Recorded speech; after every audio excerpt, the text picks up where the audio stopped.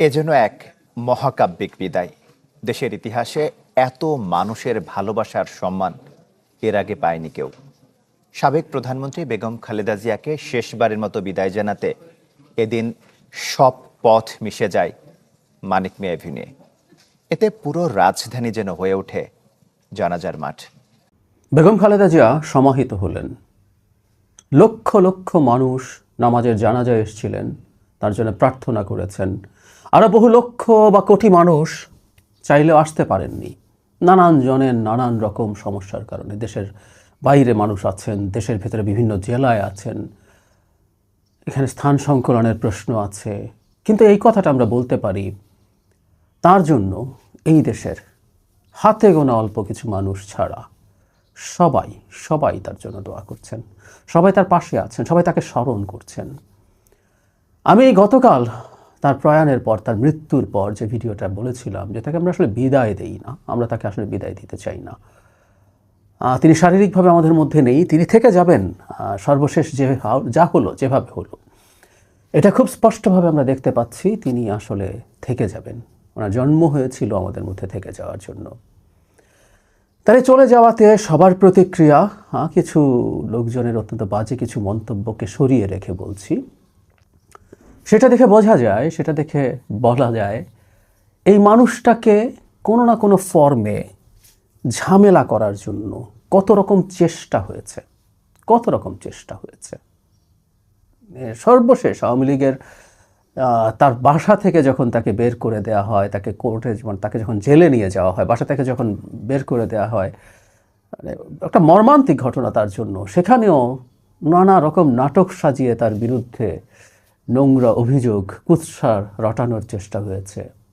পরবর্তীতে তার liver cirrhosis নিয়ে শেখ হাসিনার মন্তব্য, তার কোর্টে যে গেছে, তিনি আদালতে যে গেছেন এবং শেষে জেলে যে গেলেন, যে মামলায়, যে অরফানেজ ট্রাস্ট মামলা, তারপর চ্যারিটেবল ট্রাস্ট মামলা, মানে এতিমের টাকা খেয়েছেন, এতিমের টাকা খেয়েছেন। মানে উনি কত খারাপ, উনি টাকা চুরি করেন এবং সেটা এতিমের টাকা।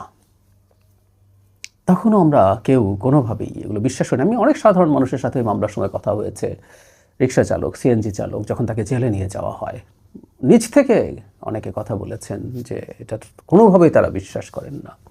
আওয়ামী লীগের লোকজনকে বিশ্বাস করেন না। এটা একদম পলিটিক্যাল একটা স্ট্যান্স ছিল, মানে তাকে স্টিগমাটাইজ করার চেষ্টা করা হয়েছিল। তা কত রকম অভিযোগ দিয়ে, কত কিছু বলে, কত নোংরা কথা শেখ হাসিনা বলেছে। আওয়ামী লীগের প্রোপাগ্যান্ডা মেশিন বলেছে, শুধু শেখ হাসিনা না, তাদের তো একটা ইকোসিস্টেম ছিল, কোনো না কোনো ফর্মে তারা বলার চেষ্টা করছেন। কিন্তু কোনো কিছুই এই নারীর সম্মানহানি করতে পারেনি, পারে না। এরকম আটার মিথ্যা কখনোই কাজ করে না। মজার ব্যাপার, শেখ হাসিনা আজকে কোথায়, কি পরিমাণ ঘৃণিত, ধিকৃত।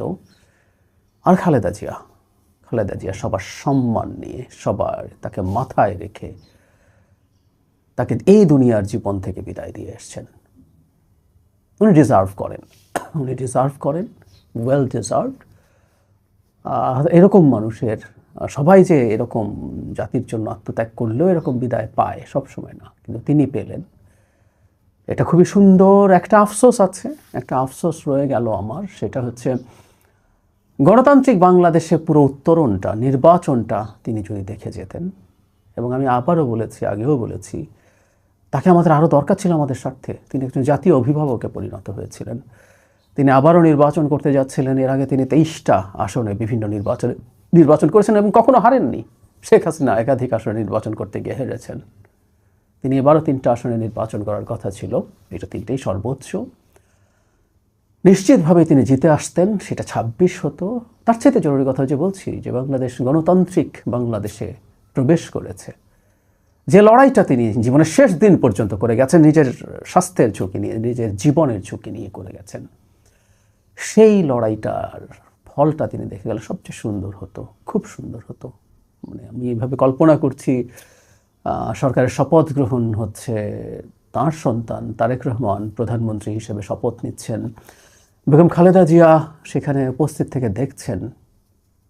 এই দৃশ্যটা তার জন্য কতটা প্লিজিং হতে পারত, শুধু ব্যক্তিগত না, জাতির জন্য। ব্যক্তিগত একটা আনন্দ তো থাকবেই, তার সন্তান তিনিও লড়াই করেছেন দীর্ঘ সময় প্রবাসী থেকে। তিনি টর্চার্ড হয়েছেন চক্রান্তের অংশ হয়ে। তাকেও শেখ হাসিনা চক্রান্ত করে দেশে আসতে দেয়নি। ফলে এই অর্জনটা, সেই মানুষটা দেশের প্রধানমন্ত্রী হচ্ছেন, ব্যক্তিগত আনন্দ থাকবে, তার সন্তান, কিন্তু জাতির জন্য যেটা সবচেয়ে বড় ব্যাপার হতো যে আমাদের গণতান্ত্রিক ট্রান্সফরমেশন হয়েছে, আমরা আবার গণতন্ত্রে ফিরে গেছি।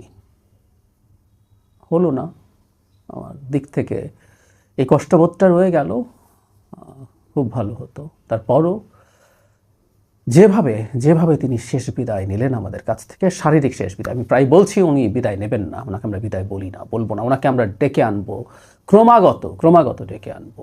উনি কেন এত গুরুত্বপূর্ণ, ওনাকে কেন আমরা মনে রাখবো, কেন ওনার কাছ থেকে নানান কিছু ধার করে আমরা আমাদের দেশের ভবিষ্যতে চলবো।